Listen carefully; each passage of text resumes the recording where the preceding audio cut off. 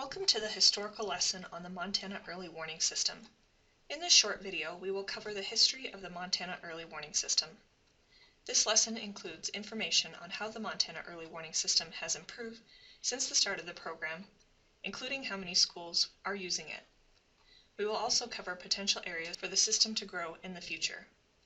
If you have any questions or concerns about the Montana Early Warning System, please contact Eric Meredith.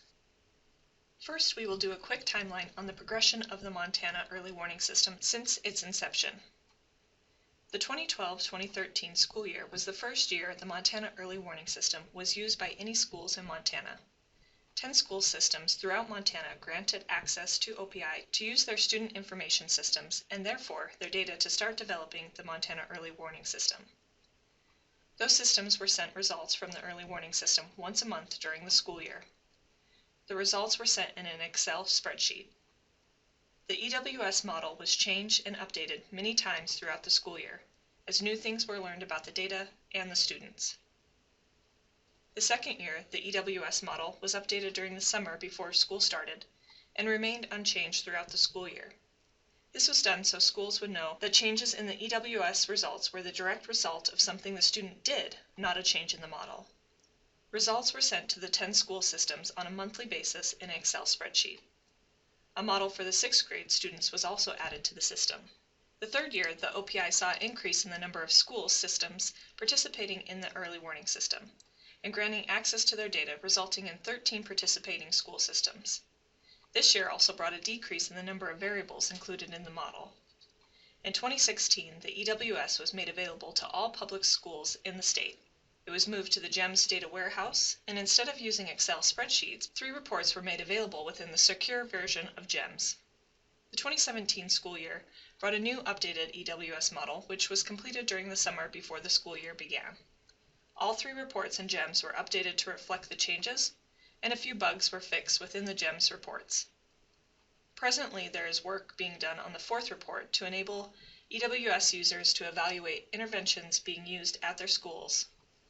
Since the initial 10 participating schools in the 2012 and 2013 school year, the school participation in the EWS has grown to 22 participating school systems that have uploaded data into GEMS.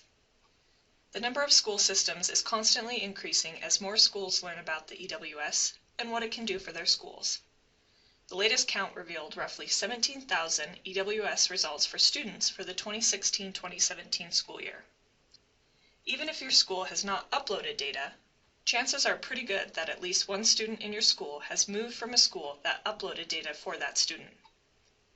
If that is the case, and you have access to the EWS in GEMS Secure, you can go into GEMS and see the EWS results of those students when they were enrolled at a participating EWS school.